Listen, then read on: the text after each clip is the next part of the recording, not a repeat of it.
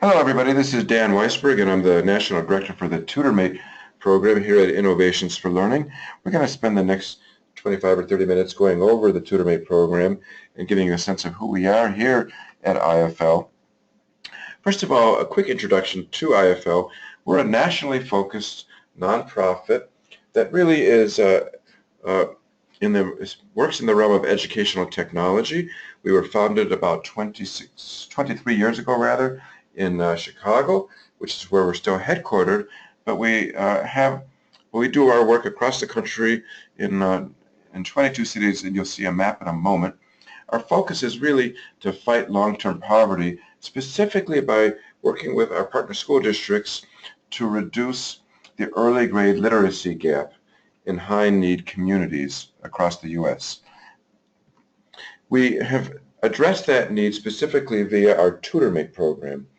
TutorMate is a custom-built web application, and it really allows full-time working professionals to tutor first-grade students without needing to travel to the school week after week. Instead, they use our web application to work with the students over the internet. And they commit to giving us just 30 minutes per week to conduct their tutoring sessions. The students themselves are first graders, and they're attending our partner school districts across the country, and of course this is happening during the school day when the students are sitting in their routine classrooms. It's not a pull-out program. We don't run after school or on weekends. It's really done during the school day, so it integrates seamlessly with a school building's environment. We do focus on the first grade, sometimes the second grade, but most of our work is the first grade, and the reason for that is because there's a key benchmark which educational experts all agree on, which is what we call the third grade reading wall.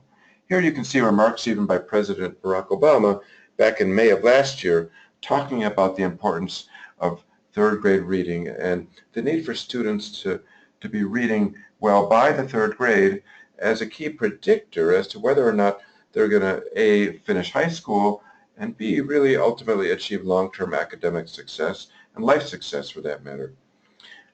Students who don't read well by the third grade are about 4 times more likely to drop out of high school than their peers. So it's critical that we put students on a solid reading foundation by that time. And the good news is that the time and energy needed to do that is a lot less with these early grades than it would be with students who are at later grades. So 30 minutes a week, you can actually accomplish a lot more with a first grader, for example, than if you were trying to help a 5th or a 6th grader who might have fallen off the academic track and you're trying to pull them back onto that track. Here's another great article also underscoring the importance of early grade reading and early grade learning. This one written by Chris Dougherty, who's a senior research scientist, as you can see at ACT. This one was published in American Educator magazine about 2 summers ago. Students who do not have a good start usually do not thrive later on, and he has a lot of data that he cites in that article that you might want to check out. Now, as I said earlier, we are a national program. We do operate in 22 cities across the country, and you can see an excellent map here which tells you where we're operating the program currently for this particular school year, which starts the fall of 2016. A number of these districts are brand new for us this fall, such as San Jose, Indianapolis, Grand Rapids, and Boston. And we're expanding our work in many of these other districts around the country as well, such as Dallas and Houston and Charlotte and Oakland, for example. Here's a terrific list of organizations, corporations in other words, in particular, that have agreed to participate as sponsors of the program. By sponsors, that means that they invite their employees to participate as weekly 30 minutes per week tutors. You can see we have a wide variety of household names, including General Motors and Boeing and JP Morgan Chase Bank and Bank of America, etc., General Motors. I mentioned Quicken Loans, TIAA, Transwestern. It's a wide variety of well-respected corporations. Now, how do the students benefit week to week? The answer is twofold. The obvious way is through a more measurable approach, an objective measurement, where we do see that we're able to impact student reading proficiency, student oral fluency, comprehension, vocabulary, in clear, specific, measurable ways. We have some data that tells us that on average, students who get about 16 or more weekly sessions through a program, on average, move up a full reading level. That's not a grade, mind you. It's about a reading level. It's about 4 to 5 weeks of academic work per school year. So it's clearly significant. But the second, probably less measurable but equally important aspect is what we call really stick-to-itiveness or grit or attitude. You have a tremendous opportunity to shape the motivation and the grit of your student, because in this young grade, in the first, second grade, they're really much more receptive to adult encouragement and support, much more so than they might be in later grades. So with this week-to-week tutoring session, you really have a chance to form their overall attitude about academics and about learning and about reading. And that's a critical ability which you might have if you do volunteer as a tutor with our program. So keep that in mind, as well as the obvious, as I said, more objective measurement impact that you would be having. Now here's a great example of the TutorMate screen. This gives you an example of how the TutorMate screens actually look like. We'll walk through about 7 or 8 of them in the next moment or two. You can see here that there are a series of 3 key buttons that tutors are invited to click on when they log in each week. The green button is for practice sessions, but the 2 that you're going to use most often, I would submit, would be the red button to schedule a weekly tutoring session, and then the blue button to actually begin your weekly tutoring sessions from week to week. What happens when you click the red button? That brings you to this screen, which is our scheduling or our calendar interface. And you can see at the top that it shows you the Monday through Friday days of the week in the column heads, and then in the rows, those are the times of the day, and each one is a 15-minute interval. So together, if you take 2 rows, you get a full 30-minute interval, which is a full tutoring session. The teacher's job, first of all, before tutoring ever begins in their classroom, is to black out time slots when they do not wish tutoring calls to take place in their particular classroom. So you can see this teacher here has blocked out 10 a.m. to noon, Monday through Friday, for example, and she, or maybe he in particular, doesn't want tutoring sessions to occur for most of the time on Thursdays. But the teacher did open up a 1-hour period from 1:30 to 2:30 on Thursdays. But most of the other sessions are on the other 4 days of the week, Monday, Tuesday, Wednesday, and Friday. And you can see wherever there's a white zone, that's the teacher indicating that it's okay for tutors to call, because she or he expects the students to be in the classroom and available to undertake their tutoring sessions. Now, the tutors have 2 types of sessions. They have recurring sessions. Those are the ones that are in gray or in blue here. Those will persist by our server, our TutorMate server, from week after week. So nobody else would possibly claim a tutoring session if you reserved it. But the good news is that if you have a busy, unpredictable schedule at work, and you're not always sure that you can make every Thursday at 11 or every Tuesday at 1, you can simply schedule what we call make-up sessions, and those are the ones that you see here in green. So, for example, Sheila here on Tuesdays at 9 a.m., that's her usual, what we call her recurring session. She tutors a student named Zion from 9 to 9:30 on Tuesdays. But if she had a work conflict that arose, or maybe she was off that day, then she could schedule a make-up session. In this case, she does so, and she chooses Wednesdays at 12:15 to 12:45. So our server would automatically delete the Wednesday session after that Wednesday had passed, but the Tuesday session would persist. So that's why we have these 2 types of sessions, and we make it very flexible for very busy people to participate in the program by our scheduling system. So now we're going to move into some examples of how the tutoring screens really look. If you had pressed that blue button, Tutor Session, you would go through a series of screens where you would ultimately pick the reading stage or the reading level of your particular student as told to us by the classroom teacher. And for every reading stage, there are a series of flashcards and word stories and word games that are associated with that reading stage. So here's an example of a typical flashcard page. You would see a series of words, and you as a tutor might click on one of those words. Let's say you clicked on the word school. It would turn that rectangle blue, and what the student would see is the screen at the right here. So the tutor sees a somewhat complex screen, but the student sees a more simple screen where the word school is displayed in the air and above a grassy green field area, and the student's job is simply to identify and articulate the word to the tutor. If they're able to articulate it or to identify it, then the tutor would mark that square with a green checkbox. If they get it wrong, then the tutor marks it with a red minus sign, and it turns the rectangle red, so that next week when the tutor comes back to that session, they will know which words need to be focused on or drilled so that the student can begin to recognize some of the words that they were having trouble with in earlier weeks. It's a terrific way to help the students improve words which they're not yet recognizing.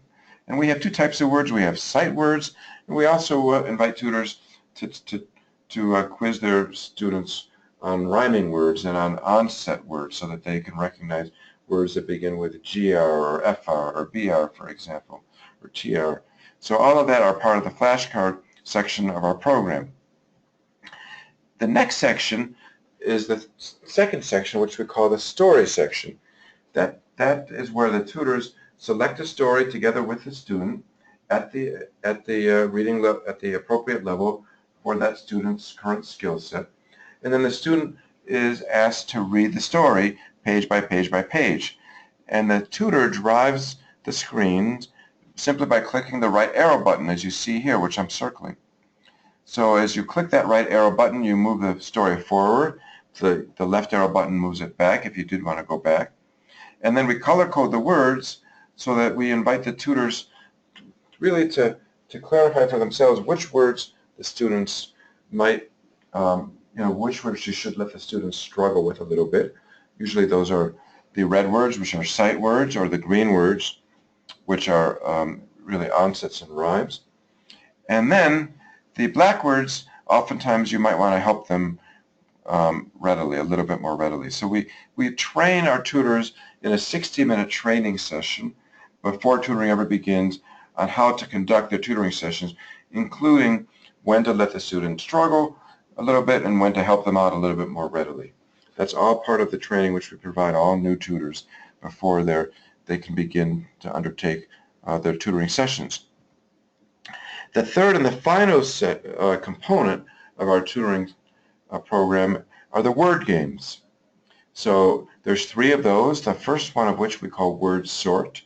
Here we ask the tutors to select 9 different words one by one. The student sees each of the 9 words one by one, and then the student's job is to classify them into the right square based upon the suffix, the phonogram family for that particular suffix. So for example, seen here would go into the red box, maybe float would go into the blue box, spread might go into the gold box, for example. And you invite the student to classify those 9 words. Then you move into the second game, which is Tic Tac Toe. The students really love this game. I'll warn you in advance. They want you to repeat Tic Tac Toe multiple times. They really enjoy it. Really, the tutors and the students take turns picking squares, but we ask the tutors to let the students do the word recognition for all 9 squares. So whereas you might choose square number 2 for yourself, you're the O's, the student is still asked to decode the words. So the student is really recognizing all the words. You're just taking turns choosing squares. Again, get ready to have a good time with Tic Tac Toe. And then the final word game is mystery word here, which is a fun game. There the tutors are thinking of a 3 or 4 or 5 letter word, whichever they might choose, and the student's job is to guess what letters make up that word before they get 7 wrong guesses. And each time they get a wrong guess, the tutor clicks on one of the stars, and they get deleted one by one. And hopefully the student can guess the word before all 7 stars go away. So that's the final game, mystery word. So now you've seen all 3 components. These, number 1 was flashcards, number 2 was stories, and the third was the word games. Together they comprise about a 30-minute session. So you would then tell the student goodbye. You'll be calling them next week. You look forward to that.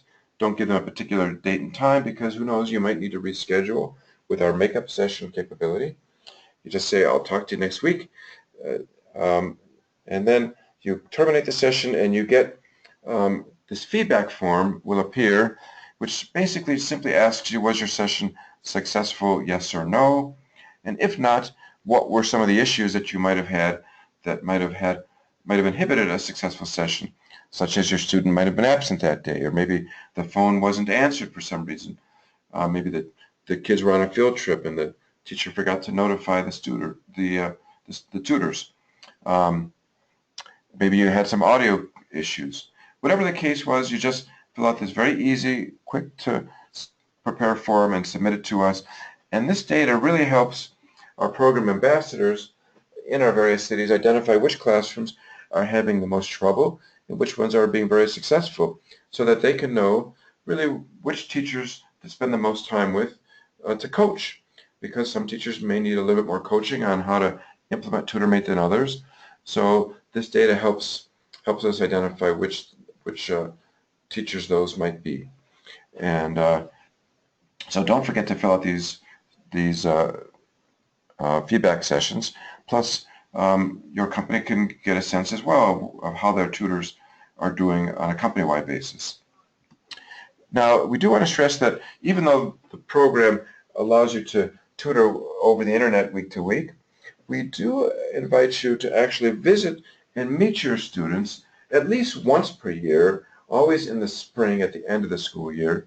Sometimes we're increasingly beginning to invite tutors to visit their students on a fall visit as well. So at most there would be 2 visits.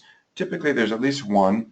And these are some photographs from some of these end-of-year visits when the tutors actually come as a group to visit their students. So we'll give you plenty of notice of when the principals and teachers have selected the date and time for you to visit. Usually it'll be very late in May or very early in June, depending upon your school's calendar, usually about a week or 2 before school is officially over. And we'll give you storybooks to pass out to all the students.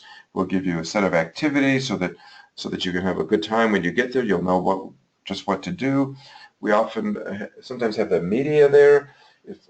In a moment I'll give you some video links that you can watch some TV news stories when the local media have shown up to film these very fun occasions. It's really the icing on the cake, we call it, for the TutorMate program. So it's the reason why we like our tutors to be in the same metropolitan area as the students themselves, even though they're not driving to the schools weekly.